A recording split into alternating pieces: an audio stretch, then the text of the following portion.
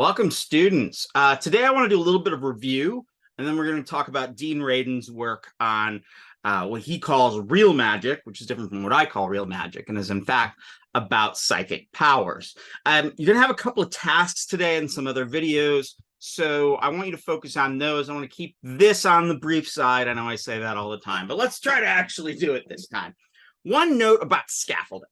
We are at the end of the first section of the course, which has been giving you tons of definitions and thinking about the theory and how to study magic and whatnot. We haven't really looked at a lot of specific rituals. And this class is really, for the most part, going to be about magic rituals. So some of you might be thinking, we've talked all about magic, but what is magic anyway? Well, I used to teach this class and I would just jump right into a lot of specifics and then build the theory later. I thought this time we'd think more widely about these different categories of magic. And then the next step we're going to be doing is looking at very specific sets and traditions of magic rituals. And from there, we will just keep thinking back into our initial framings as we nuance our question of what is magic and what are magic rituals. Boy, I wonder what your final is going to be. Do you think it's going to sound something like what are magic rituals and what is magic? It might. So, ooh, the professor is kind of telling us where he's going. Well, a professor should always tell you where you're going. There should be really no big surprises in the path of a class. It should be set out in a way that's intuitive to students so they know where they've been and where they're going. So without further ado, let's get to our lecture today. I am sharing the screen.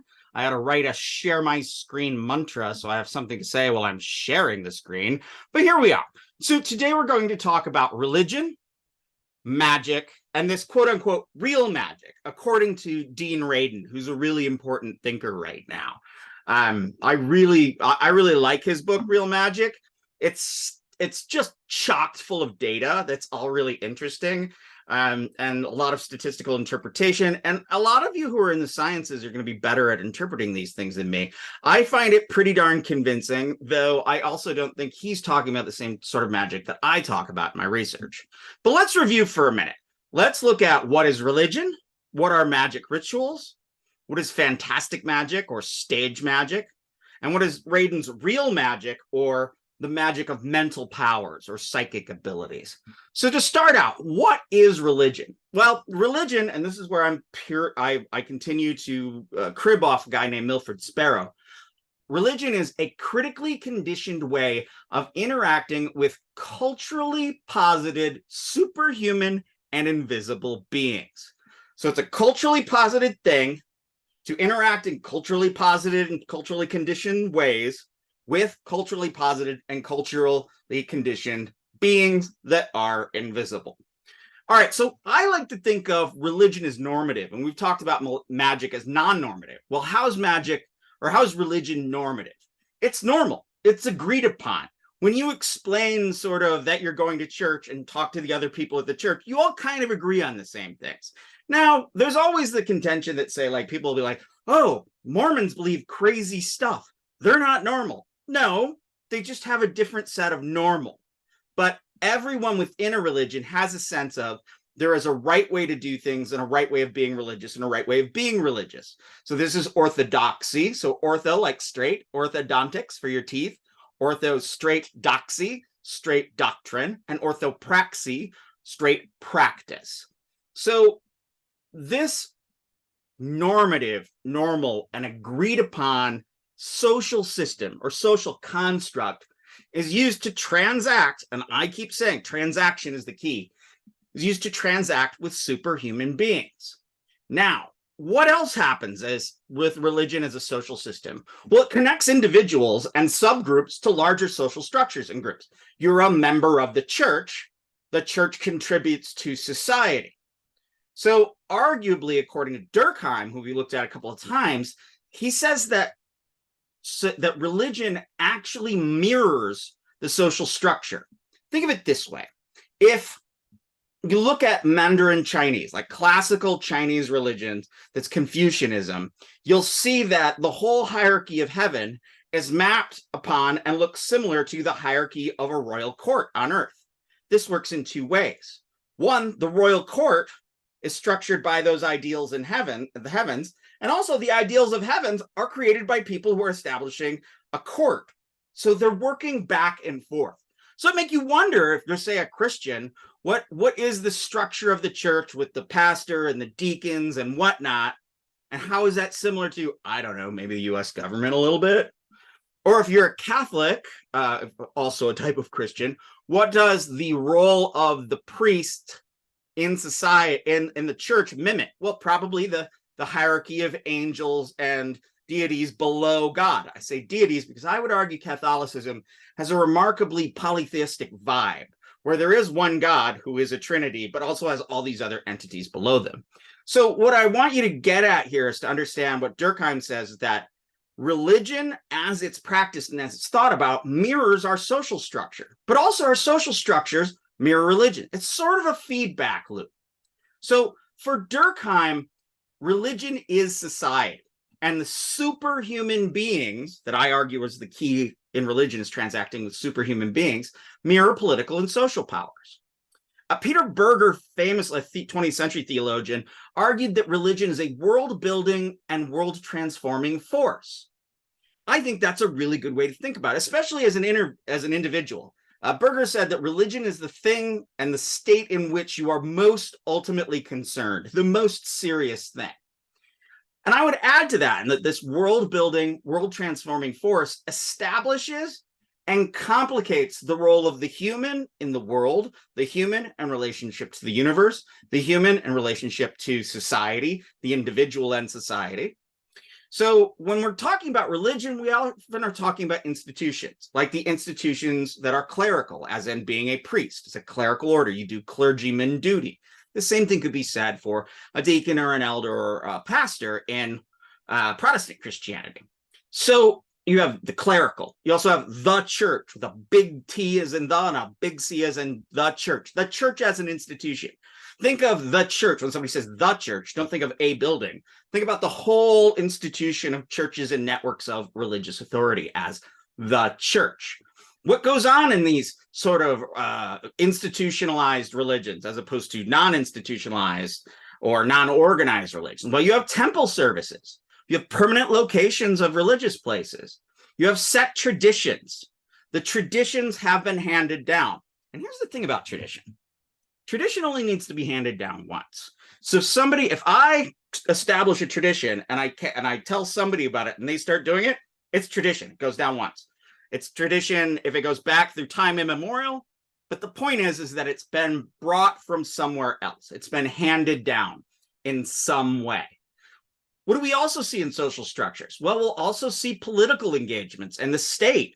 Religion kind of tends to make this weird argument, especially in the United States, and that religion operates separate from the state. But when you look at it, so much of the United States social structure and governmental structure is really based on Protestant understandings of the world.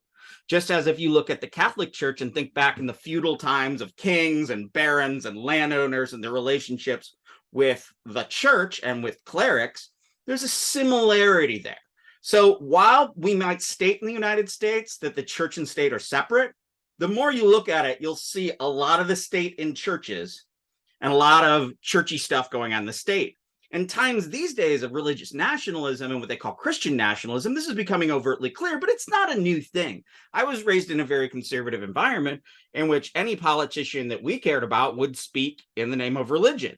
And in fact, our pastors did pretty regularly tell us how to vote, even though that's totally illegal and they should actually maybe lose their tax exempt status. But that's a whole other ballgame. So in religion, you have prayer and worship toward transcendental ends. What are the transcendental ends as opposed to the pragmatic ends? Life cycles. You know, your first ear piercing in Hinduism, the first solid food in Hinduism, the first tonsure or hair cutting. For Protestant Christians, marriage, profession of faith, baptism. So life cycle rituals, maintenance of society. By being involved in religion and looking at the structure of religion and blessing the society we're in, religion is thought to manifest socially positive enhancements to society. Transformation of the soul from, in many ways, whether that's initiation or its salvation, attaining heaven. That's a transcendental one. Reaffirming and maintaining the physical earth. We can think here about lots of rituals in Hinduism and in indigenous religions in the Americas about how there are lots of rituals to maintain the balance between humans, and also think about the balance of the rains, calling to the rains so we have proper rains and crops. Praising deities, praising anything, devotion towards deities. Also, general prosperity for everyone, nothing specific, and warding off general bad luck. So God bless America. All right, so that's religion. Now, magic rituals, which is what I would call real magic and not fantasy magic, that differs from what Radin is going to say in just a minute. This is really kind of the meat and potatoes of my research and the class. Here we're talking about pragmatic ritual technologies. Ritual things, using rituals, actions, words, and whatnot, they have pragmatic results. What are pragmatic results? They're discrete. They refer often to the desires of one individual. They are this worldly. They affect this world and not transcendent realms. They, for instance, would heal a specific disease, not warding off disease from everywhere. So in the times of COVID, if you had a general prayer that COVID in general be not as strong, that would be transcendental. Pragmatic would be, my pal has COVID, make sure he gets better, or keep me from getting COVID. Yes, so what are some other ones? Just general luck. Not general luck, but good luck on, say, taking an exam or going on a business adventure. We also have various magical powers. I'll get into that at some other point. Seduction and murder, which we're going to see to be big results in magic as we move right along. So magic manipulates small elements to affect the entire world for a specific purpose. I like to think of it this way. It's like you're doing a tiny little play in a tiny little space, but that tiny little play will change the rest of the world so it looks like what that tiny little play is. So we talk about a microcosm, a small world, the world of the ritual that is done as a microcosm, and the macrocosm is the rest of the world. The microcosm is thought to affect the macrocosm. As one of our thinkers said earlier, the magician promises so much when he appears to do so little. He's just doing this little tiny thing. How is that going to cause all those effects to happen? So often these ritual performances use sympathetic correspondence. In this way, a symbolic action, such as the example I keep using, taking two people who love each other and writing their names together, and then putting the tooth of a cat and the tooth of a dog together, and then saying a spell, and then they have the hatred that a cat and a dog will eventually have, even though cats and dogs really don't hate each other that much. But whatever. Mice, mongooses, rats, whatever. Okay, so these symbolic actions do not need to make sense to anyone. They only have to make sense to the magic operator. The magic operator has to look and say, this ritual I'm doing makes sense for the effects that I want it to have. So magic manipulates the very lore and sort of stuff of religion, but it also uses its own innovations that may not correspond to any sort of specific religion. Oh, excuse me. To this, I mean, a lot of magic will do the same sorts of rituals, but just slightly different. Hold on one second. Whew.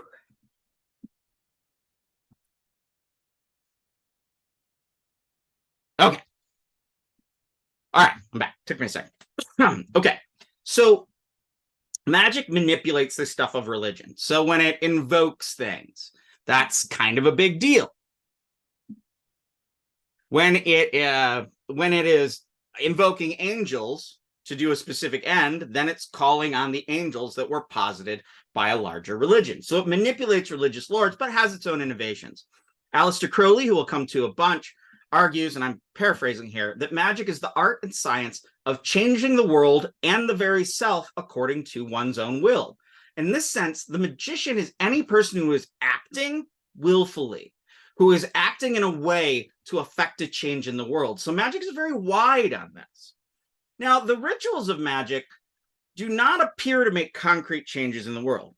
No big change happens directly from the magic ritual, other than you've burned up the ingredients that you brought or whatnot. However, it is thought to make concrete change later. There's thought to be a result after the ritual that corresponds to the ritual. Now, magic will contact beings and other sorts of deities that might forcefully or due to a transaction grant goods, powers, and change.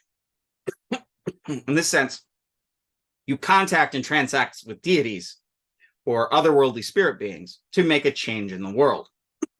In this sense, whereas in religion, God is transcendent, is divine, is separated from the world. In magic, the gods are right here, are right with us at all times.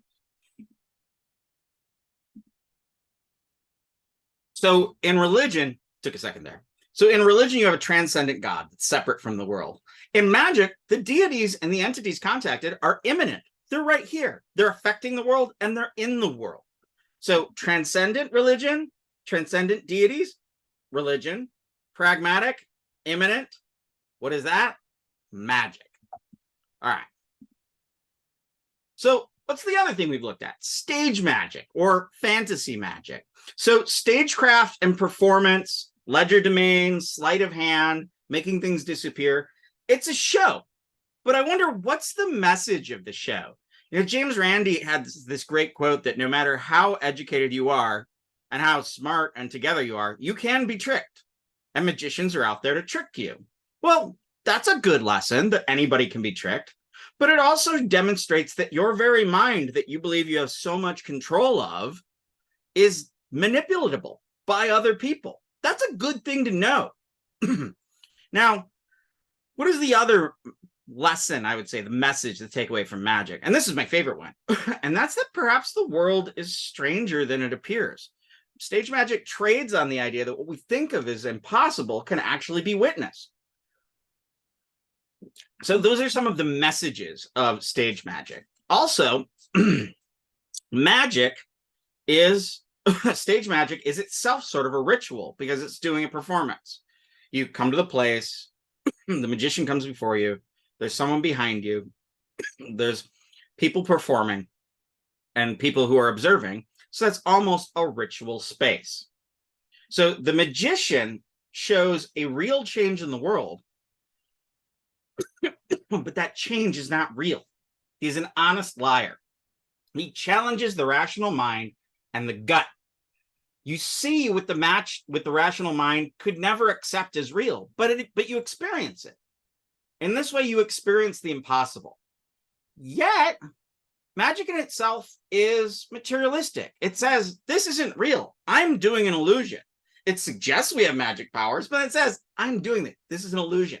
I'm tricking you, which I think is really exciting. And one of the things I noted in a prior lecture is the majority of magicians I've met and talked to and read and watched videos on are pretty skeptical of there being any magical powers in reality. So now we're going to move into our topic for today, which is Dean Radin's notion of real magic. And I want to contrast that with these other types of magic that we've talked about, or these other types of religion and magic that we talked about before.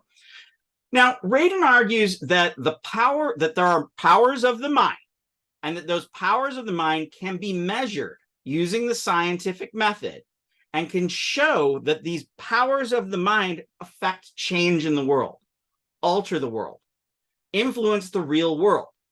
These aren't rituals per se, in the way that magic rituals are, but it suggests that the power of the focused mind can alter the very world around us. Now, one of these questions I often think about is, okay, let's assume that these magic powers are real.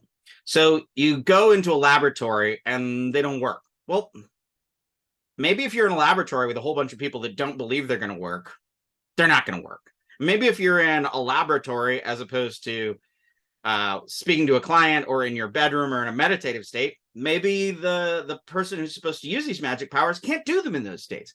Maybe the way he sets up these experiments make them destined to fail. One might question whether they can be measured at all. And Radin suggests that maybe you can't. But he also notes that many of these experiments that he does, if they are in the right context, can prove what he expects them to prove. He suggests that the human mind is far wider and more powerful than it is materially assumed, that the brain is more than just a chunk of meat inside our heads. In this sense, he's saying that the material world can be influenced by the non-material. So he affirms the reality of the real world, but he's also anti-materialistic about it, saying that the material world can be affected by the anti-material. So what are things he studies? Well, you have the human potential movement, which is a whole vast school of people looking at things like psychic powers, remote viewing, yoga powers, mind powers, things like biofeedback, or being able to, like, by thinking carefully and bringing your attention to it, lowering your heartbeat, raising your temperature, lowering or raising your blood pressure. That's biofeedback. And what biofeedback often does is it puts sensors on your body, and then you go through mental exercises and they measure the changes that happen in the body. These are also well documented by yogis who have a lot of experience in yoga. I'm thinking more like the yogis from India as opposed to, yogis from down the block. What is remote viewing? Remote viewing, and there's a wonderful movie called The Men Who Stare at Goats, and a great book that the movie is based on by John Ronson that describes these psychic experiments that the government did in order to see if they could train psychics to discern where lost objects are, or missile silos, troop formations, troop movements through psychic powers. And they found statistically that while these characters were not often right or even always right, they were more right than they were wrong. And this is a big thing with Radin. He'll say that, we think this isn't real, but when we have people do these things, there is greater than 50% success rate. I mean, if it wasn't real, if psychic powers and magic was not real at all, then it would be 50-50 every time. But it's more than 50% that the thing that's expected to be done is successful. And that statistical aspect is what really propels his research. So Dean Radin is also kind of a proponent of the notion that, one, the world is ideal. So the world is only mind. So this is a classic argument from Bishop Berkeley about idealism. All I'm encountering is aspects of my mind. So if I can alter my mind, I can alter the world.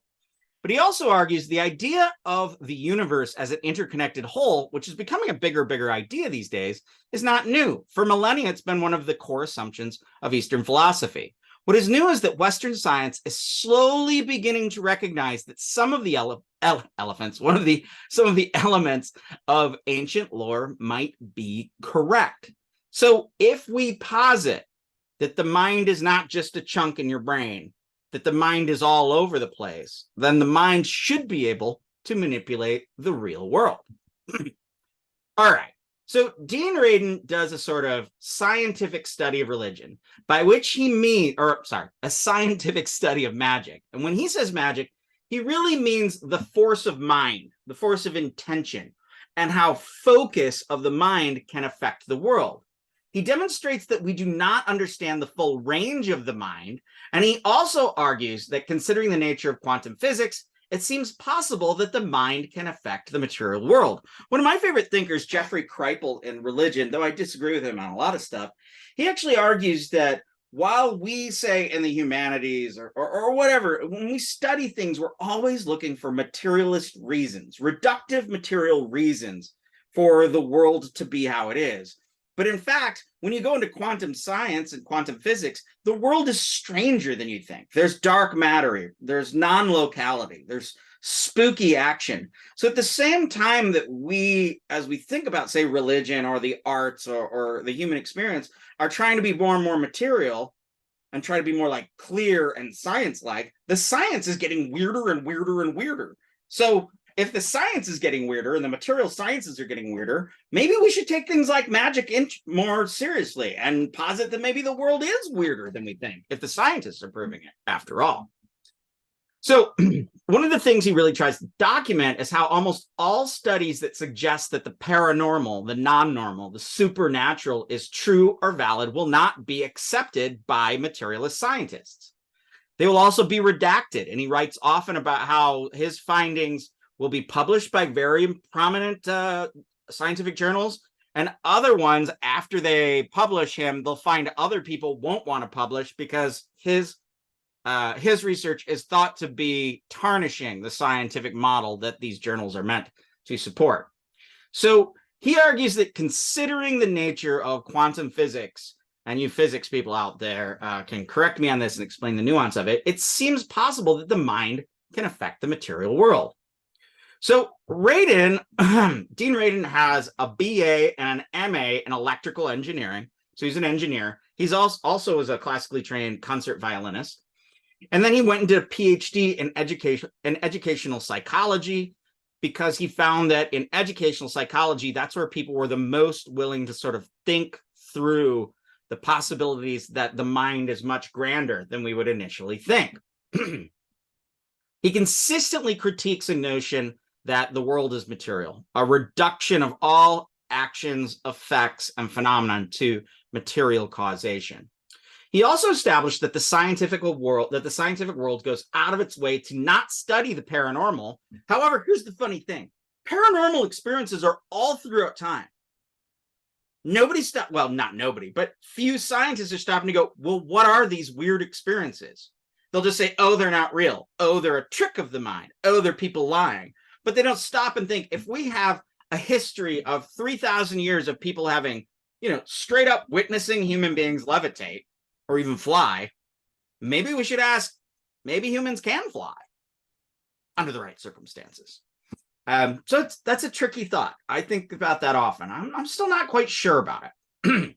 So he notes that scholars presenting such, case studies of people flying, for instance, and there's a classic book on this, often presented as a scam, as we're just talking about delusions people are having. But maybe perhaps these are describing material realities.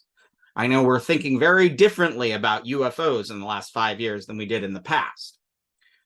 So I'm sort of intrigued by the fact that he's teaming up with historians of magic and religious studies to study the material effects and concrete results of magic.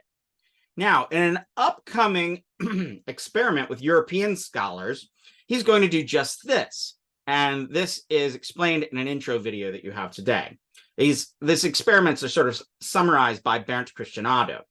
So this is sigil magic. Now, what is sigil? A sigil is, like in the center, a symbolic representation of an idea or a desire that by focusing on it can charge that thing and cause the mental energy focused through that sigil to make changes on the world.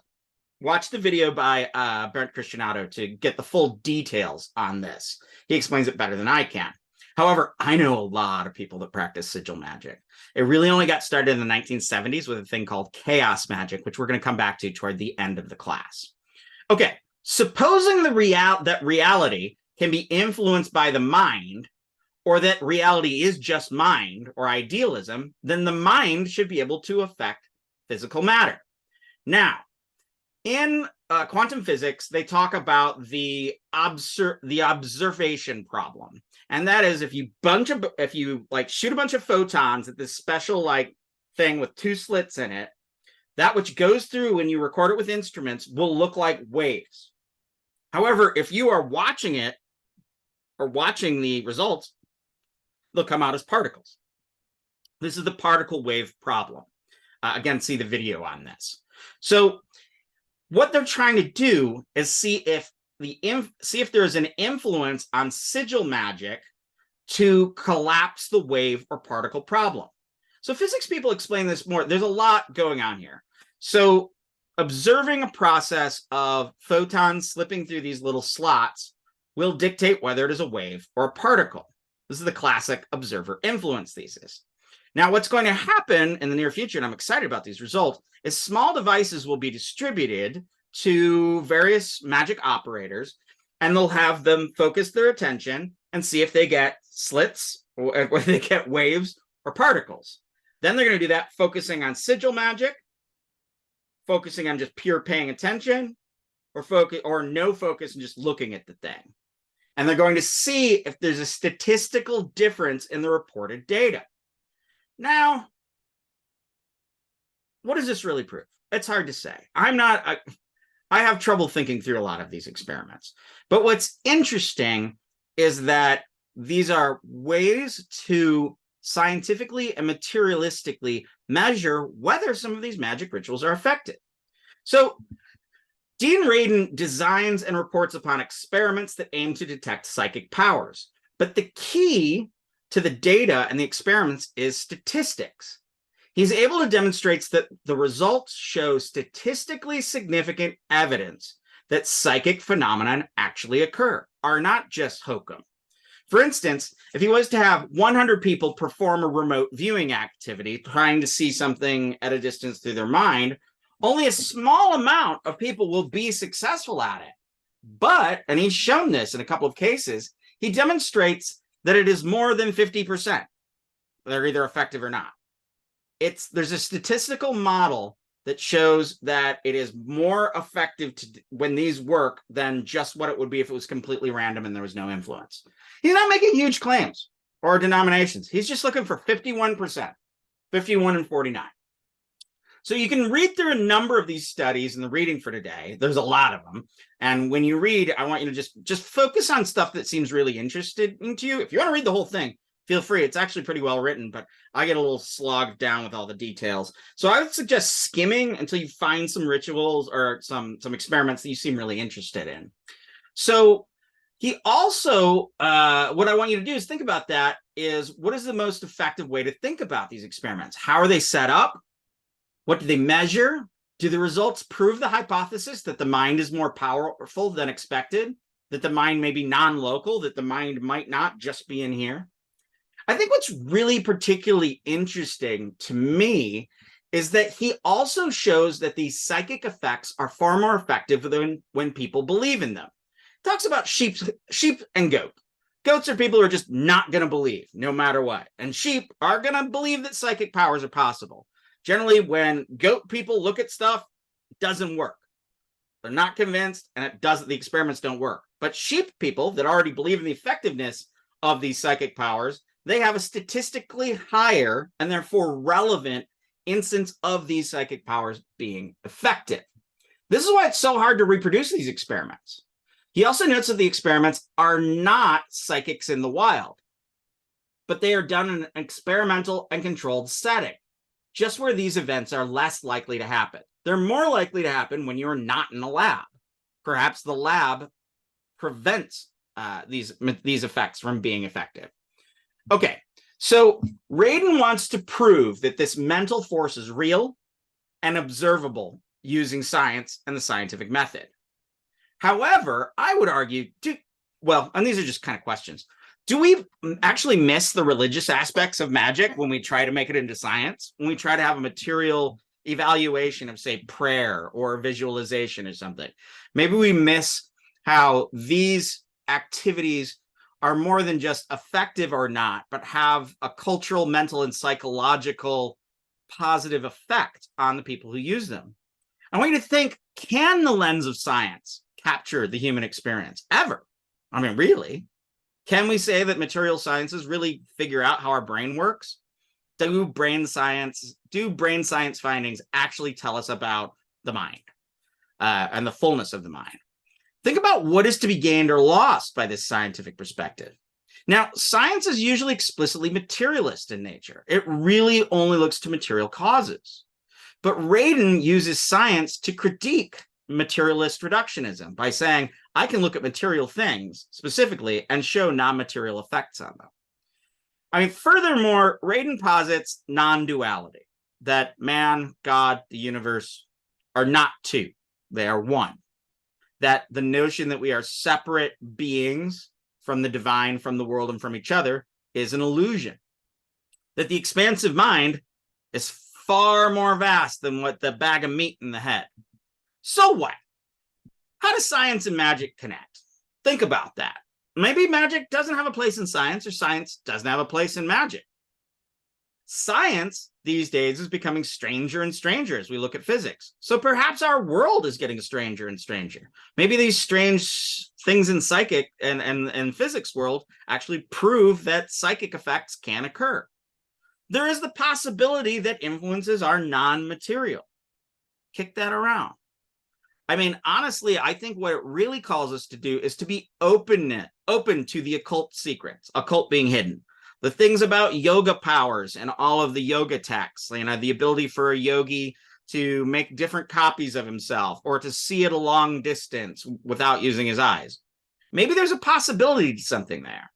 And after all, magic narratives, in fact, all these narratives about magic and all our stories about superpowers, maybe they're telling us a truth that we just can't quite get. The other kind of funny thing that I want to end with is the modern scientist is thought to be purely material and not interested in occult things or magic or anything like that. But if you look into the past, Louis Pasteur, Isaac Newton, these guys were doing these profound material experiments. But then in their spare time, they were also fooling around with alchemy and psychic influence and talking to ghosts. So when we split these sort of magical ways of being from materialistic and scientific ways of being, we have to remember that that's relatively new. That's a new thing that we just started doing. As humans, science and magic generally went together, and the majority of our great scientists were also quite often interested in magic. Just like, let's say the classic argument is that you cannot believe in Christianity and the miracles of Christ and be a scientist. Well, I can line up Christian scientists, not Christian scientists, but scientists who are Christians and believe in the reality of Christ. Hey, line them up all day long. We can talk to them. Hindus, in fact, see no conflict between the magic of Hinduism and science. And the more they learn about science, the more they're like, yeah, this proves Hinduism. So maybe science and religion aren't too separate after all. Okay, I'll catch you on the flip side. Take care. Bye-bye.